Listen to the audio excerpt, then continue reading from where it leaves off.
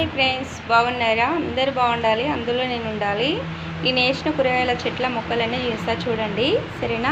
చూసినాక అవి ఎలా ఉన్నాయో కామెంట్ బాక్స్లో, మీరు ఎక్కడి నుంచి చూస్తున్నారో కామెంట్ బాక్స్లో పెట్టండి. నా వీడియోలు ఎలా ఉన్నాయో కూడా చెప్పండి, సరేనా?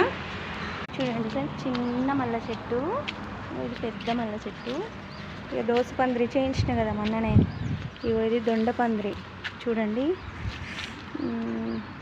చాలా దొండకాయలు వచ్చినాయి కదా. ఇదేం గోంగూర పచ్చడి చేసుకుంటాం కదా, అది ఇదేమో ఇది పొట్లకాయ, తీగ అన్నీ ఇప్పుడే వేసినా, ఇంకా పెద్ద కాలేదు, కొన్ని మాత్రమే పెద్ద అయినాయి. మీరు కూడా ఖాళీ స్థలం ఉంటే వేసుకోండి. మందుల తిండి తింటే మన కుళ్ళంతా నొప్పులు ఉంటుంది కదా, హెల్త్ ఖరాబ్ అవుతుంది. కాబట్టి మన ఖాళీ స్థలంలోనే వేసుకుంటే బాగుంటుంది. అందుకనే